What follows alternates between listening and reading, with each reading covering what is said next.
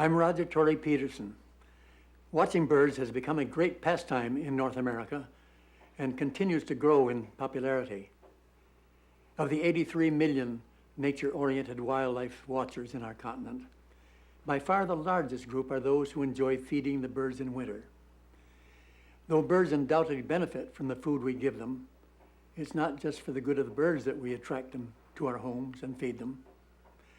Ultimately, it's for our own pleasure. By sowing our gardens not only with flowers, but with cardinals, jays, finches, grosbeaks, we're giving ourselves a visual treat, reaffirming the joy and goodness of living. Birds fly, they're not rooted to the earth, and they're amongst the most eloquent expressions of life. And that's what this video is all about, the joy of watching birds in your own backyard.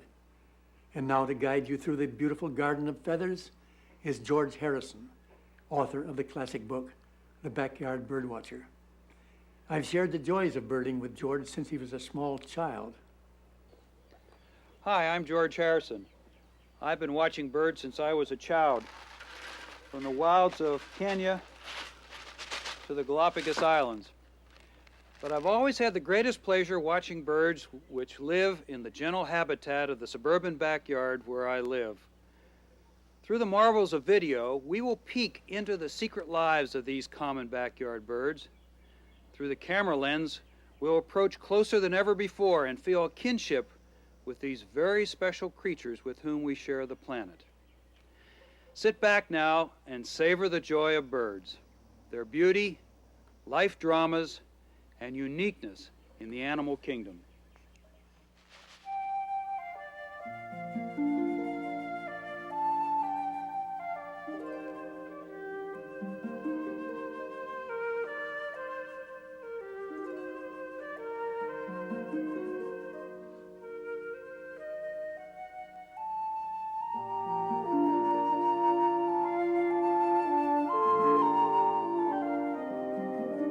First I hear them, and then I see them. Soon the first evening grosbeak lands on one of my feeders, heralding the beginning of the daily spectacle on this cold, bright winter morning with a temperature reading of 0 degrees Fahrenheit. Whether your first bird of the day is an evening grosbeak, or a cardinal, a finch, or a wren, you know the joys of starting the day with a beautiful wild bird just outside your window. I want to share with you the wonder I feel about these common but uncommon creatures. I also want to tell you what I know about how to bring the greatest variety of these birds to the backyard. Birds have the same needs you and I have: food, cover, and water.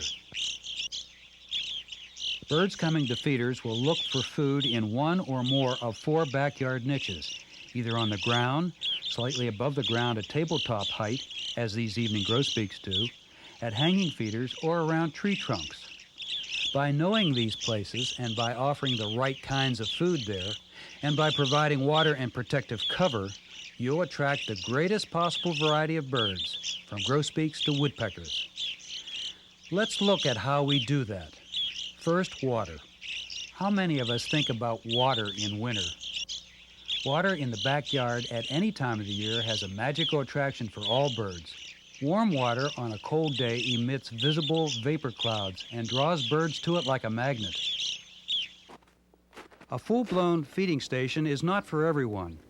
So before we go on, if you want to put up just one feeder, then be sure that it's filled with sunflower seeds. Sunflower is the favorite of the most desirable birds of the backyard, and a hanging feeder like this one, placed close to the window, will bring the birds into point-blank range. In my business, I test a lot of bird feeders. Good bird feeders, whether manufactured or homemade, have 2 things in common. They protect the seed from rain, wind, or snow, and they're designed to allow water to drain away from the seed. Feeders evolve and change as manufacturers become more knowledgeable about birds' feeding habits. But whether it's a tube feeder, a box feeder, or a suet feeder, it should be placed in the appropriate niche for the birds which will be using it. Finches, chickadees, titmice, and nuthatches are attracted to hanging feeders. Like the American goldfinches at this Niger seed feeder, they are comfortable at a feeder that swings in the wind. The more it swings, the more at home they seem to be. Niger seed has been a great discovery for backyard bird watchers. Dubbed black gold because of its cost, Niger seed is savored by all the finches. It's irresistible.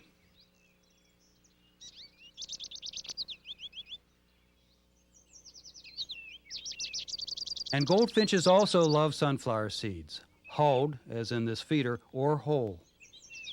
Some folks won't recognize these goldfinches dressed in their dull winter garb of olive green. In summer, males are bright canary yellow with black wings and white wing bars, while females are bright yellow-green. In winter, they appear to be a totally different species of bird.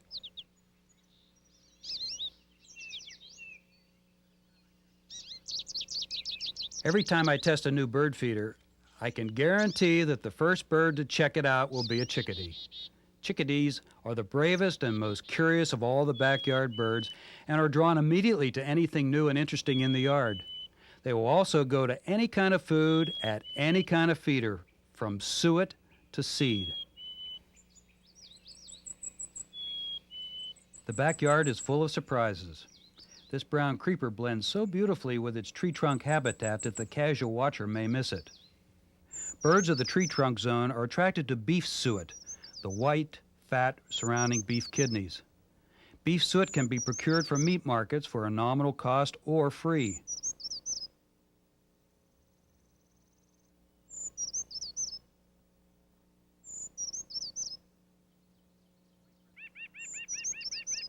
The white-breasted nuthatch is another bird of the tree trunk niche.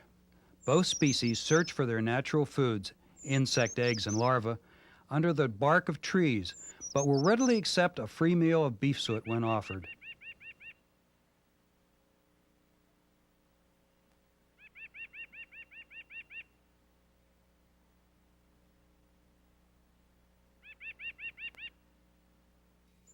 Notice how the creeper uses its tail as a third leg to get around the tree. Woodpeckers do the same.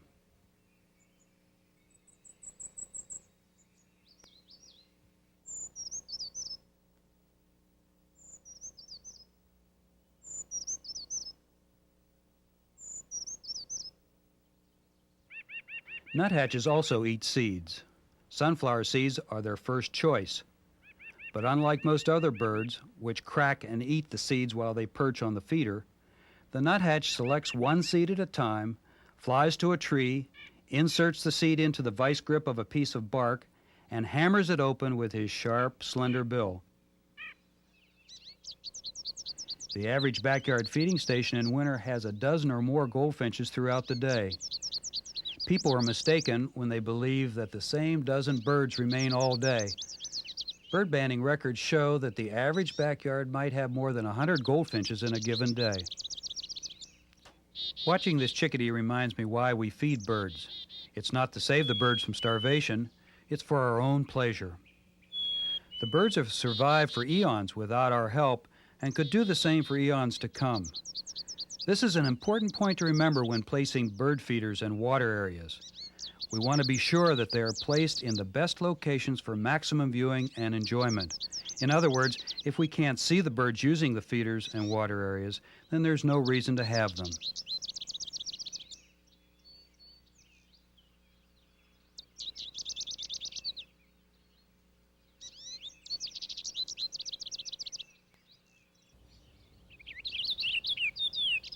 Unless you look very carefully, you're apt to confuse purple finches and house finches. These lovely birds are the purple finches, more rotund and deeper raspberry in color.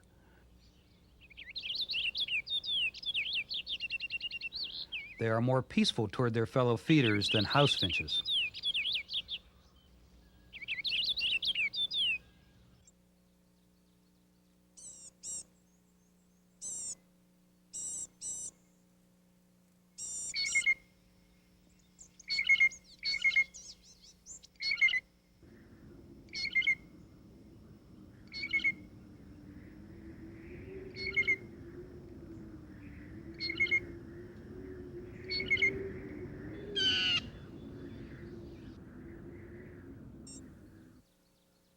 It's just not a normal winter without pine siskins at our house. But when the weather up north is mild and the natural food plentiful, They just don't make it here for the winter. When they are here, they add a great deal of excitement to the feeding station.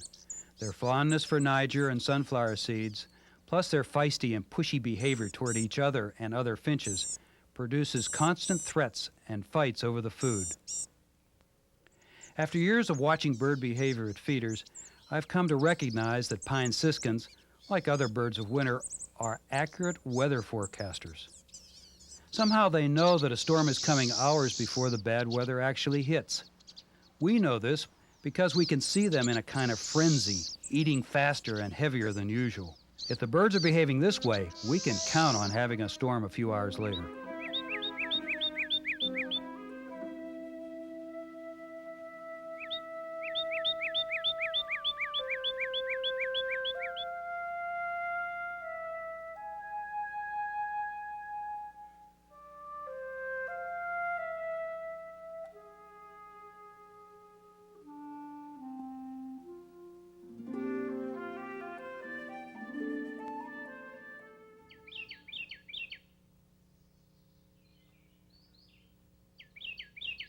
After a storm, we love to sit inside and look out upon the pastoral scene of beauty, nature's painting of stillness and light.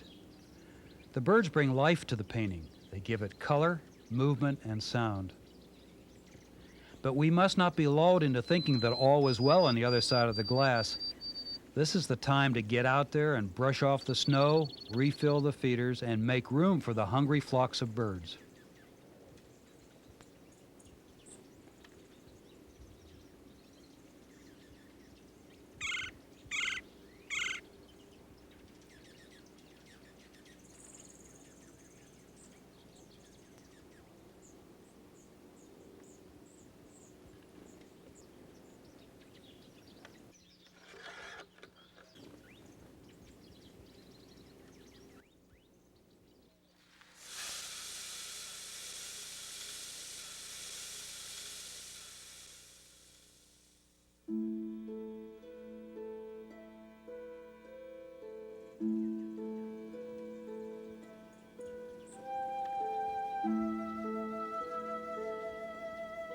In winter, when the insects are dormant and tree sap is still, it is the time when woodpeckers will readily eat beef suet offered in any backyard where an abundance of natural cover gives them security.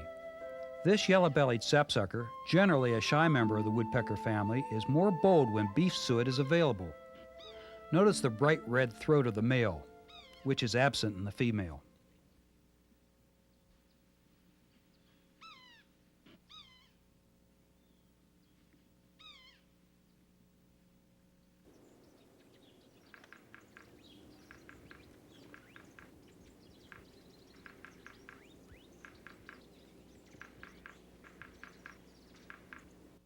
The pileated, largest member of the woodpecker clan, is an unusual and very dramatic visitor to any backyard habitat.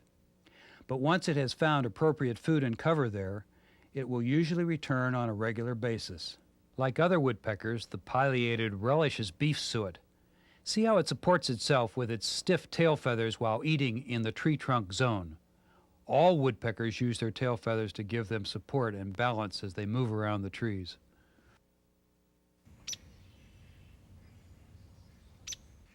Our smallest woodpecker, the downy, is the most common member of the clan in backyards across North America. Though it is most at home in yards which have large, mature trees, it will visit nearly any backyard which offers a little cover and suet. Downies begin courting in midwinter, long before most other birds. In early February, they seem to come alive, signing off with more tapping on tree trunks, more moving around the woodlands, and taking more interest in other members of their species. The downy sometimes shares a backyard habitat with its close relative, the larger hairy woodpecker. And both are attracted to the same kinds of food and cover. I am fortunate to have had at least one pair of each in my backyard for many years, but the hairy is the shyer of the two.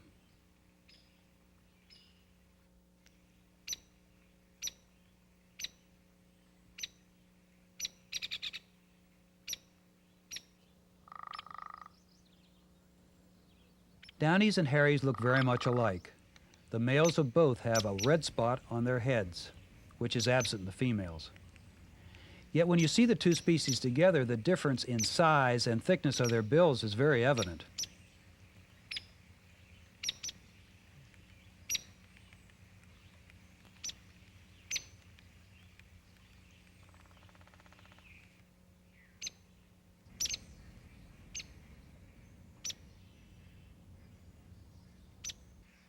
When placing suet for woodpeckers, don't be afraid to be creative. If you have problems with squirrels and raccoons stealing the suet, place it in a metal feeder like this one and suspend it from a wire.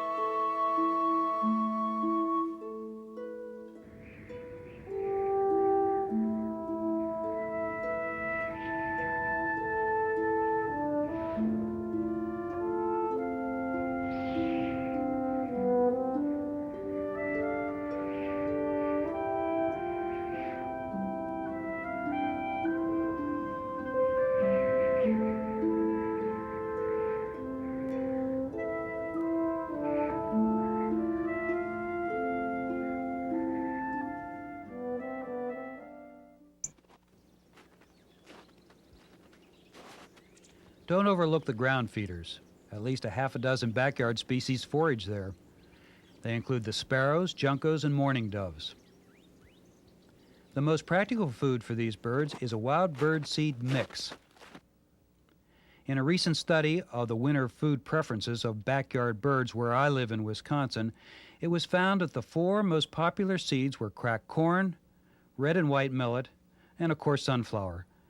A mix of these 4 seeds would undoubtedly appeal to winter birds in most parts of the continent.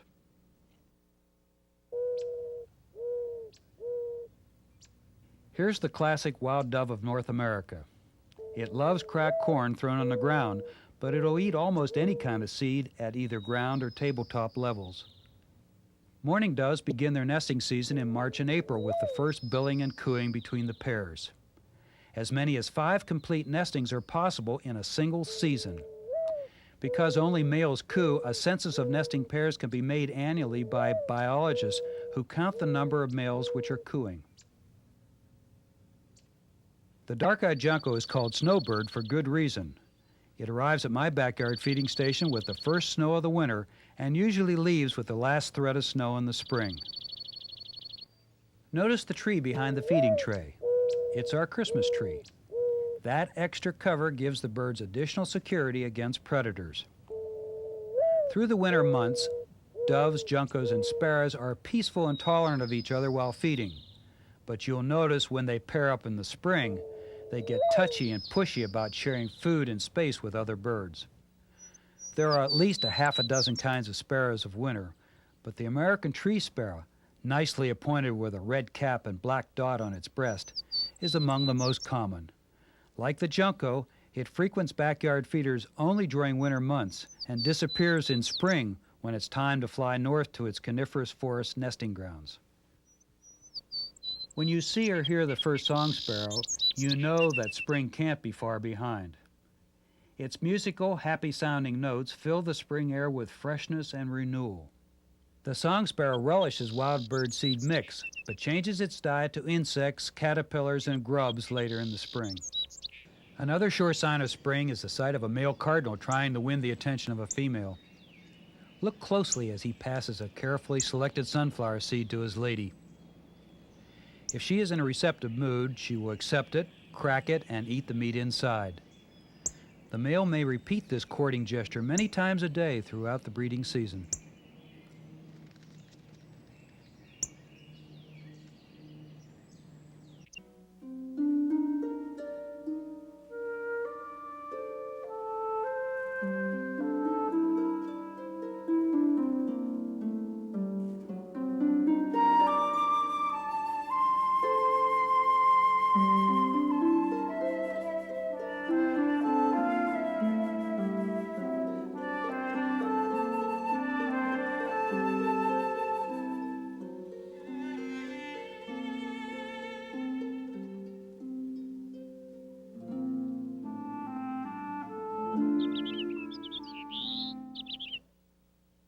Male house finches also become more courtly in springtime.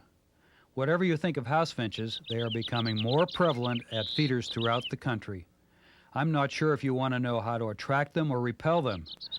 In many eastern backyards, they are now considered pests.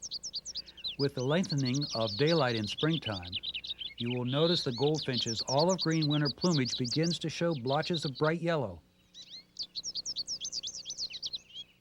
House finches were strictly western birds until several were liberated from cages in New York in 1940. Since then, there has been a booming eastern population of house finches, which is expanding westward and is soon expected to meet its western kinfolk somewhere east of the Rockies. A flock of house finches can empty the seed from a feeder in a few hours. When the birds are eating heavily, it's a good idea to fill the feeders again late in the day so that you can watch them until nightfall and at first light the next morning.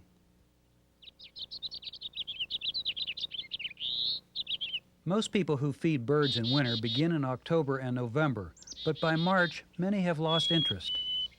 This routine is exactly opposite of the actual needs of birds, which have an abundance of natural food in autumn, but which face food shortages by early spring. The birds of winter find March and April, before new growth and insects appear, the most difficult time of the year to make a living. I try to keep my feeders filled with fresh seed and suet throughout those difficult spring months.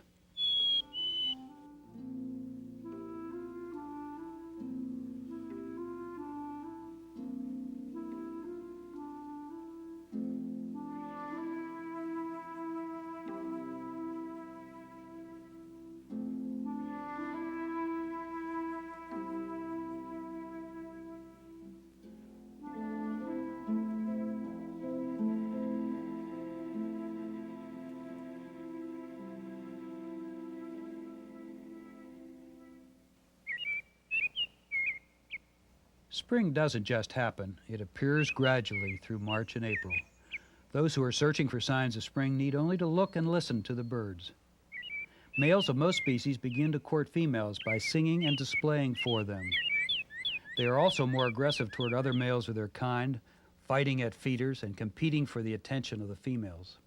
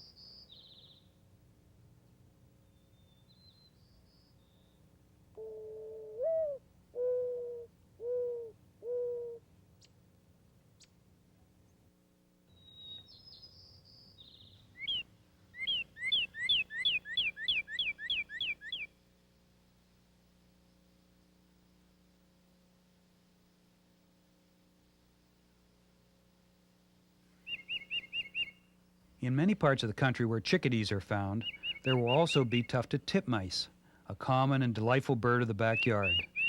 Their beady black eyes and expressive crests make them a joy to watch as they go about their daily routines.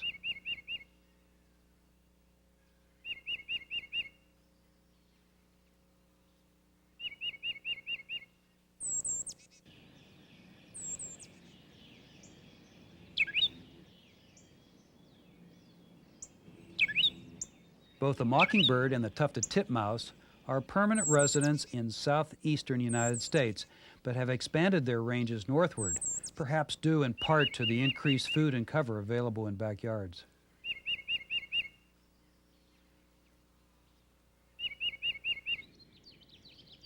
Nearly everyone can identify the American robin, the gray-backed bird with a brick-red breast, but few of us have looked closely enough to see the white eye ring and white throat with broken black stripes. The first appearance of a robin in most backyards is considered a sure sign of spring, but often the robins return to their nesting grounds in the north before the last snowstorm of winter. With their natural food buried beneath snow, many perish. This is the time when people can give the robins raisins, apples, and other kinds of fruits to help them through the severe weather. Robins will even eat beef suet when they are really desperate, but the suet must be placed in their feeding niche on the ground or on a tray feeder.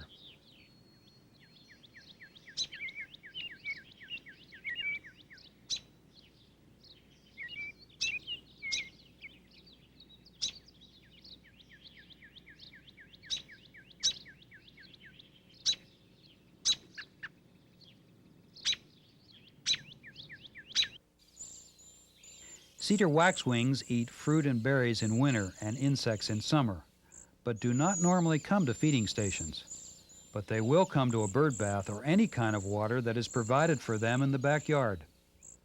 A water area for birds will increase the number of species visiting the backyard because it is an attraction even to birds that do not eat the seeds and suet offered in feeders.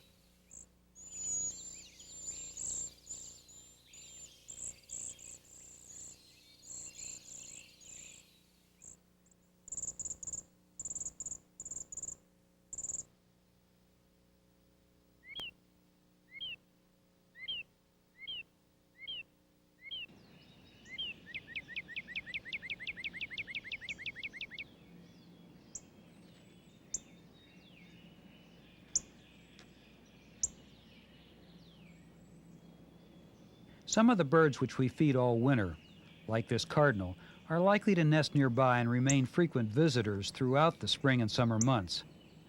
There are many bonuses to feeding birds all year long, but one of the best is seeing the baby birds accompanying their parents to the feeders.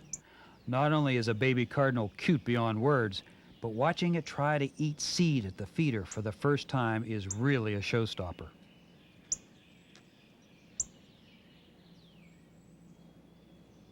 There is something very magical about watching birds in the backyard. Perhaps Roger Torrey Peterson said it best. Birds, not rooted to the earth, are among the most eloquent expressions of life.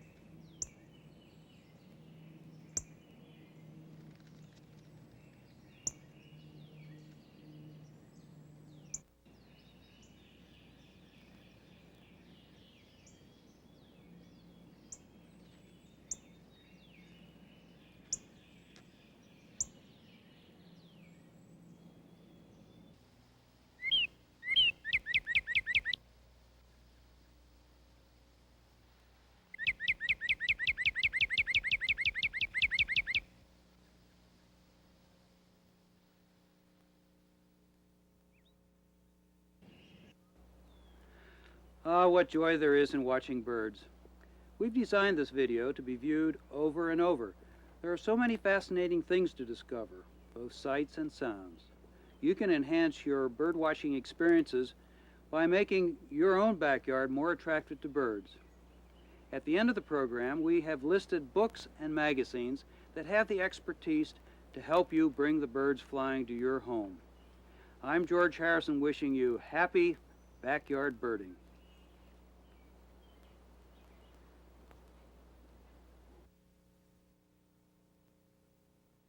A chickadee weighs only 1/3 of an ounce, which isn't much of a body to survive a sub-zero winter night. Researchers believe that a chickadee can survive severely cold nights by lowering its body temperature nearly 20 degrees and slowing its breathing and heartbeat to almost put it into a state of hypothermia, which conserves enough energy to get the chickadee started the next day. Isn't it strange that there are 500 million mourning doves in North America and no passenger pigeons? The mourning dove has adapted well to man's intrusion on the land and has actually benefited from it, while the passenger pigeon did not and became extinct. The presence of mourning doves at backyard feeding stations is a good example of their survival instincts. The northern mockingbird, king of the southern backyard, rules its feeding and nesting territory with vengeance.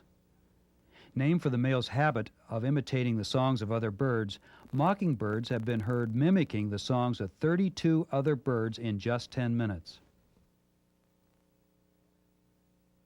Water in the backyard at any time of the year has a magical attraction for all birds, even those which don't eat from bird feeders. This is especially true if the water flows, splashes, or drips.